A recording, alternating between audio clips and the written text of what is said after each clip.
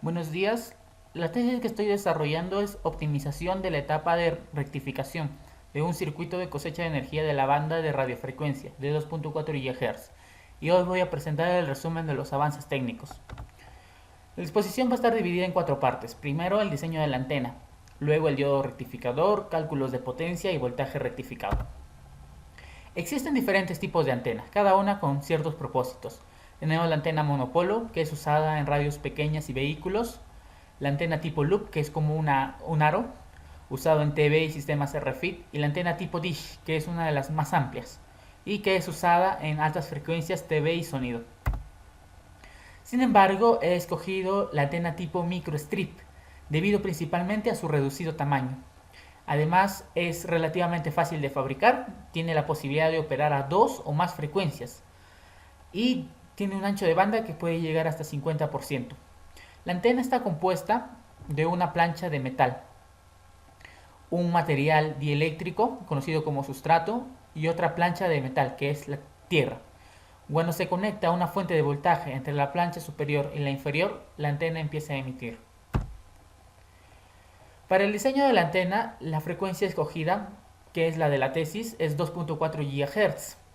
El material la permitividad del sustrato es 4.8 y su altura es 1.6 milímetros. Ya existen fórmulas que te permiten calcular fácilmente el ancho y el largo que debería tener la antena.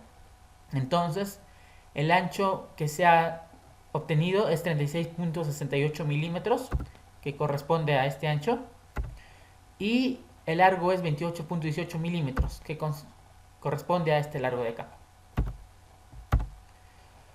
Para el rectificador se ha escogido un diodo Schottky debido a que es adecuado para radiofrecuencia porque tiene una muy alta velocidad de conmutación. Además tiene un bajo voltaje de polarización indirecta, menor a 0.3 voltios.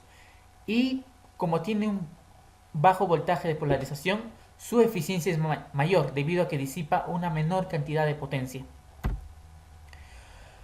En esta referencia se usó este circuito para comparar diferentes tipos de diodo Schottky y se demostró de que cada uno de estos diodos tiene una mejor performance dependiendo del nivel de potencia a la entrada.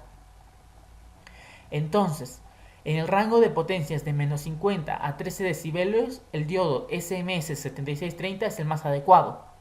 Más tarde mostraré por qué me he enfocado solo en este rango de potencias. Para determinar cuánta potencia emite una antena, tenemos esta fórmula que relaciona la longitud de onda con las directividades y la potencia emitida por la antena. Las directividades se refiere a la relación entre la potencia emitida en cierta dirección comparada con la potencia que idealmente se tendría. Por tanto, sería un valor menor que 1. Para realizar este gráfico de acá, he considerado que la directividad de emisión de una antena sea de 0.9 y la directividad de recepción también sea de 0.9. La frecuencia es 2.4 GHz, que es la de la tesis, y una potencia transmitida de 1 watt. Según las legislaciones, la potencia máxima sería de 4 watts, las legislaciones de Estados Unidos y de Europa. Por lo tanto, 1 watt sería adecuado. Entonces se observa que la potencia disponible en cierto punto es del rango de menos 30, no, de 10 a menos 30 aproximadamente. Por eso es que se escogió el diodo anteriormente.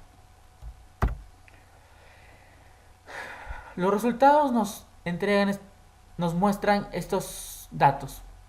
A una distancia de 1 metro tenemos una potencia máxima de 80 microwatts. Y si consideramos de que el circuito en su totalidad tenga una eficiencia del 60%, tendríamos en total 48 microwatts. Conforme la distancia va aumentando, esta potencia también va disminuyendo. Como pueden ver, de 1 a 4 metros disminuye bastante. Para poder ver la utilidad que tendría, analizamos el microcontrolador ATmega 328, considerando que se encuentre a una distancia de 4 metros de la antena y que la frecuencia sea de 2.4 GHz. En el modo activo, este microcontrolador requiere una potencia de 4.5 miliwatts y en su modo de bajo consumo requiere una potencia de 3 microwatts.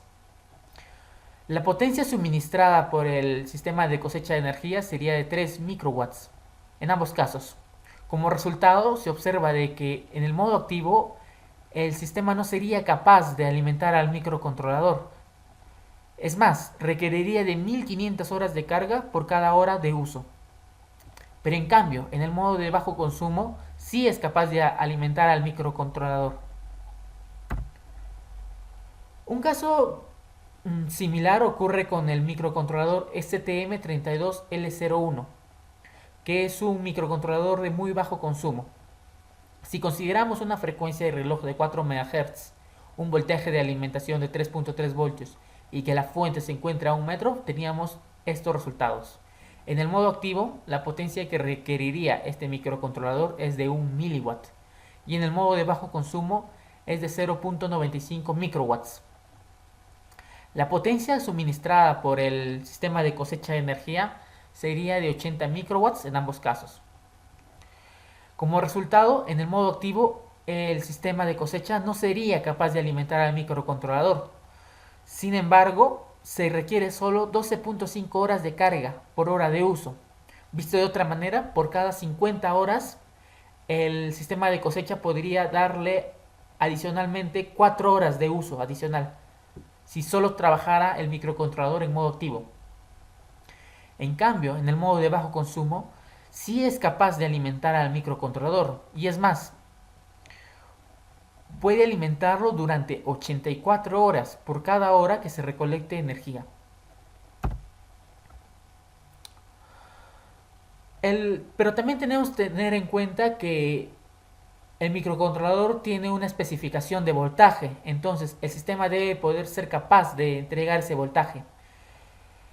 En este esquemático podemos ver que el voltaje rectificado es el que le llega a la carga y este simplemente depende de la eficiencia de la antena, que es la división entre el R de radiación y la suma de el R de radiación y el R de pérdidas.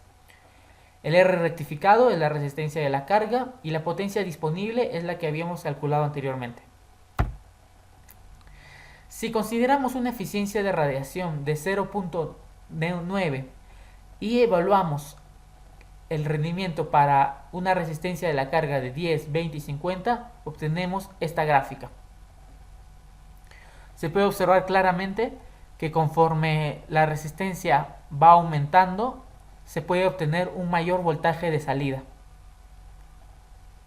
Y el voltaje también disminuye conforme se va alejando el sistema de la fuente o de la antena emisora. Como resultado, vemos que para una resistencia de 10 tendríamos un voltaje rectificado a una distancia de 1 metro de 36 miliwatts. Pero este va aumentando conforme la resistencia aumenta. De igual forma, a una distancia de 4 metros, el voltaje rectificado sería de 8.5 para la resistencia de 10 y también va aumentando.